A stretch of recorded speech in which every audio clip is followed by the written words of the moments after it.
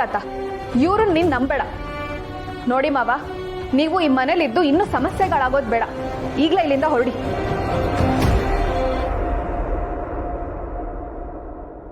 ನೀನೇ ಹೀಗೆ ಅಂದ್ಬಿಟ್ರೆ ಹೇಗೆ ಸೊಸೆ ಮುದ್ದು? ನೀನು ಬದಲಾಗಿದ್ದೀನಿ ಅಂದಾಗ ಈ ಮನೆಯವರೆಲ್ಲ ನಿನ್ನನ್ನು ಪ್ರೀತಿಯಿಂದ ಮನೆ ಒಳಗೆ ಸೇರಿಸ್ಕೊಂಡ್ರು. ಆದ್ರೆ ಈಗ ನಾನು ಬದಲಾಗಿದ್ದೀನಿ ಅಂತ ಹೇಳ್ತಾ ಇದ್ದೀನಿ, ನೀನೇ ನನ್ನ ಮಾತು ನಂಬ್ತಾ ಇಲ್ವಲ್ಲಮ್ಮ. ಒಂದು ಕಾಲದಲ್ಲಿ ಅತ್ಯಂತ ಕ್ರೂರಿಗಳಾಗಿದ್ದ ವಾಲ್ಮೀಕಿ ಮಹರ್ಷಿಗಳಾಗಿ ರಾಮಾಯಣ ಗ್ರಂಥವನ್ನು ಬರೆದರು. ಅಂಗುಲಿಮಾಲ ಬುದ್ಧನ ನೋಡ್ತಿದ್ದ ಹಾಗೆ ಬದಲಾಗ್ಬಿಟ್ಟ. ಇನ್ನು ದತ್ತನ ನೆರಳಲ್ಲಿರೋ ನಾನು ಬದಲಾಗದೆ ಹೋದ್ರೆ ಈ ಭೂಮಿ ಮೇಲೆ ಬದುಕೋದಕ್ಕಾಗತ್ತೇನಮ್ಮ? ಇಷ್ಟು ದಿವಸ ಮಾಡಿದ ತಪ್ಪನ್ನ ದಯಮಾಡಿ ಕ್ಷಮಿಸಮ್ಮ. ನಾನು ಬದಲಾಗಿದ್ದೀನಿ. ಇನ್ನು ಮುಂದೆ ನೀನು ಏನೇ ಕೆಲಸ ಹೇಳಿದ್ರು ಸರಿ, ಅದನ್ನ ಮಾಡಿಕೊಂಡು ಈ ಮನೆಯಲ್ಲೇ ಇದ್ದು ಬಿಡ್ತೀನಮ್ಮ. ಇಲ್ಲ, ಸಾಧ್ಯನೇ ಇಲ್ಲ.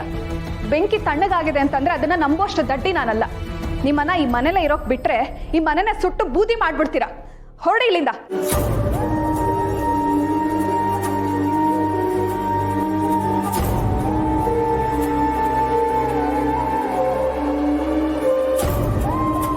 ಈಗೇನು ನಿನ್ನ ಮಾವ ಇನ್ನೂ ಬದಲಾಗಿಲ್ಲ, ಸರಿ ಹೋಗಿಲ್ಲ ಅಂತ ತಾನೇ ನಿನ್ನ ಅನುಮಾನ?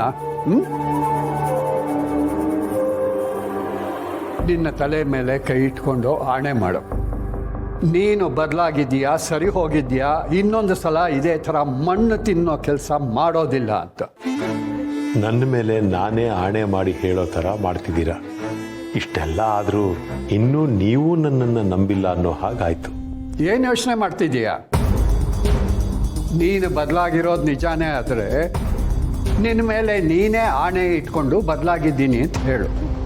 ಆಯ್ತು, ಬದಲಾಗಿರೋದೇ ಉಂಟಂತೆ. ಈ ಮಾತನ್ನ ನಿನ್ನಿಂದ ನಾನು ಹೇಳಿಸ್ಕೊಳ್ಳೋ ಅವಶ್ಯಕತೆ ಇಲ್ಲ. ನನ್ನ ಕಣ್ಣಲ್ಲಿ ನೀರು ಬರ್ತಿದ್ರು, ಅದ್ರ ಹಿಂದೆ ಸಂಕಟ ಮಾತ್ರ ಅಲ್ಲ, ಸಂತೋಷನೂ ಇದೆ. ಮನೇಲೆಲ್ಲರೂ ಎಷ್ಟು ಖುಷಿಯಾಗಿದ್ದಾರೆ ಅಂತ ನೀನೇ ನೋಡ್ತಾ ಇದೆಯಾ. ಮನೇಲಿ ಸಂಭ್ರಮ ತುಂಬಿ ತುಳುಕ್ತಾ ಇದೆ. ಇದನ್ನ ನಿನ್ನಿಂದ ಸಹಿಸ್ಕೊಳಕ್ಕಾಗ್ತಿಲ್ಲ.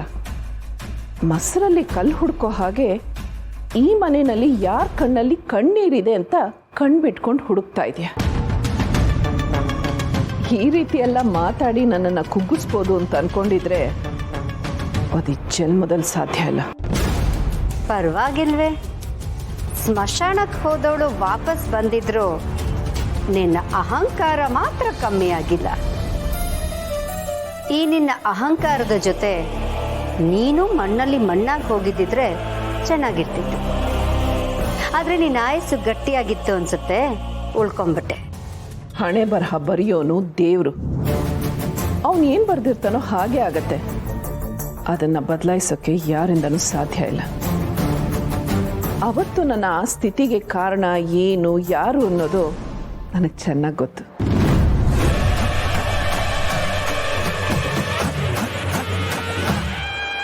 ಏನು ನಿನ್ನ ಮಾತಿನ ಅರ್ಥ? ನಿನ್ನನ್ನು ಅವತ್ತು ಸಾಯೋ ಥರ ನಾನೇ ಮಾಡಿದೆ ಅಂತ ಹೇಳ್ತಿದ್ಯಾ? ನಾನು ಕುಂಬಳಕಾಯಿ ಕಳ್ಳರ ಬಗ್ಗೆ ಮಾತಾಡ್ತಾ ಇದ್ದೀನಿ. ನೀನ್ ಯಾಕೆ ನಿನ್ನ ಹೆಗಲ್ ಮುಟ್ಟು ನೋಡ್ಕೋತಾ ಇದೀಯಾ? ತುಳಸಿ, ಕಾಲ ಹತ್ರ ಬರ್ತಾ ಇದೆ. ಸಮಯ ಬಂದಾಗ ಎಲ್ಲ ಸತ್ಯನೂ ಆಚೆ ಬರುತ್ತೆ. ಆಗ ನಾನು ನಿನಗೆ ಉತ್ತರ ಕೊಡ್ತೀನಿ.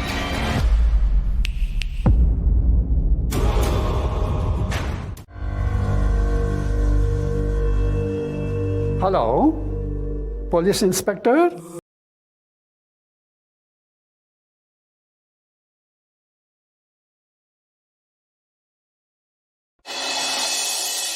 ಅಪ್ಪಿ ತಗೋ, ನೀರು ಕುಡ್ಸೋಣ.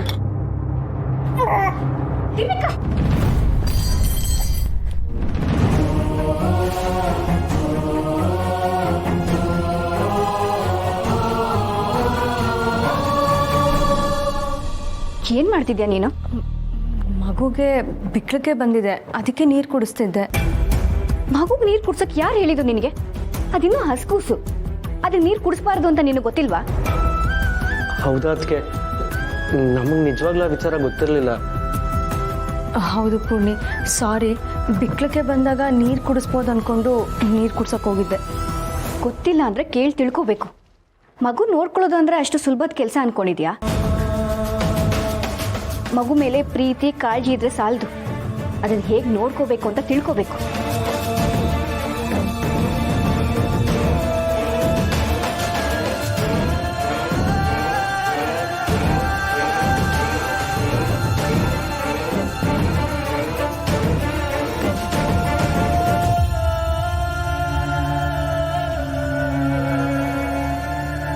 ಪೂರ್ಣಿ ಈ ರೀತಿ ಎಲ್ಲ ಮಾತಾಡಿದಕ್ಕೆ ಬೇಜಾರಾಯ್ತಾ? ಗೊತ್ತಿಲ್ಲದೆ ಮಗುಗೆ ನೀರು ಕುಡ್ಸಕ್ಕೆ ಹೋದ್ವಿ, ನಮ್ಮದು ತಪ್ಪಿದೆ. ಹೌದು, ಮಗುಗೆ 4ರಿಂದ 5 ತಿಂಗಳಾಗೋವರೆಗೂ ನೀರು ಕೊಡಬಾರ್ದು. ಈ ರೀತಿ ಬಿಕ್ಕಳಿಕೆ ಬರೋದು ಸಹಜನೇ. ಹೊಟ್ಟೆ ತುಂಬಿದಾಗ್ಲೂ ಬಿಕ್ಕಳಿಕೆ ಬರುತ್ತೆ, ದಣಿವಾದಾಗ್ಲೂ ಬಿಕ್ಕಳಿಕೆ ಬರುತ್ತೆ. ಆಗ ಹಾಲು ಕೊಡಬೇಕೆ ಹೊರತು ನೀರು ಕೊಡಬಾರ್ದು.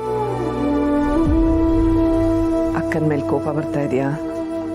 ಇಲ್ಲ ಅಮ್ಮ, ಅವಳ ಕೋಪ ನೋಡಿ ನಂಗೆ ಆಶ್ಚರ್ಯ ಆಗ್ತಿದೆ. ಮುಂಚೆ ಎಲ್ಲ ನಾನು ಬೇಕು ಅಂತ ಅವಳಿಗೆ ಎಷ್ಟೇ ಸಿಟ್ಟು ಬರೋ ಹಾಗೆ ಮಾಡಿದ್ರು ಅವಳು ತುಂಬ ತಾಳ್ಮೆಯಿಂದನೇ ಇರ್ತಾ ಇದ್ಲು. ಆದರೆ ಇವತ್ತು ಆ ಮಗು ವಿಷಯದಲ್ಲಿ ಅವಳಿಗೆ ಎಷ್ಟು ಕೋಪ ಬಂತು ನೋಡಿ. ಆ ಕೋಪದಲ್ಲಿ ಮಗು ಮೇಲೆ ಅವಳಿಗಿರೋ ಕಾಳಜಿ ಕಾಣಿಸ್ತಿದೆ. ಅವಳ ಮಗುನ ತುಂಬ ಹಚ್ಕೊಂಡ್ಬಿಟ್ಟಿದ್ದಾಳೆ. ಹೌದು, ಮಗು ಮೇಲಿರೋ ಅತಿಯಾದ ಕಾಳಜಿ, ಅತಿಯಾದ ಪ್ರೀತಿನೇ ಅವಳ ಕೋಪಕ್ಕೆ ಕಾರಣ. ಆದ್ರೆ ಅವಳ ಕೋಪದ ಮಾತುಗಳನ್ನ ಅರ್ಥ ಮಾಡಿಕೊಂಡು ಅವಳು ಹೇಳಿದ್ದನ್ನೆಲ್ಲ ಸಹಿಸ್ಕೋತಾ ಇದೆಯಲ್ಲ, ನಿನ್ನ ನೋಡಿದ್ರೆ ನನಗೆ ಆಶ್ಚರ್ಯ ಆಗ್ತಾ ಇದೆ. ಅಕ್ಕ ತಂಗಿ ಹೀಗೆ ಒಬ್ರನ್ನೊಬ್ರು ಅರ್ಥ ಮಾಡ್ಕೊಂಡ್ರೆ ಈ ಮನೆ ಸಂತೋಷವಾಗಿರುತ್ತೆ. ಹೌದೌದು, ಅಕ್ಕ ತಂಗಿರಿಬ್ರು ಒಬ್ರನ್ನೊಬ್ರನ್ನ ಅರ್ಥ ಮಾಡ್ಕೋಬೇಕು, ಜೊತೆಗೆ ಗಂಡನ್ನು ಅರ್ಥ ಮಾಡ್ಕೋಬೇಕು ಅಂತ ಸ್ವಲ್ಪ ಬುದ್ಧಿ ಹೇಳಿಮ್ಮ.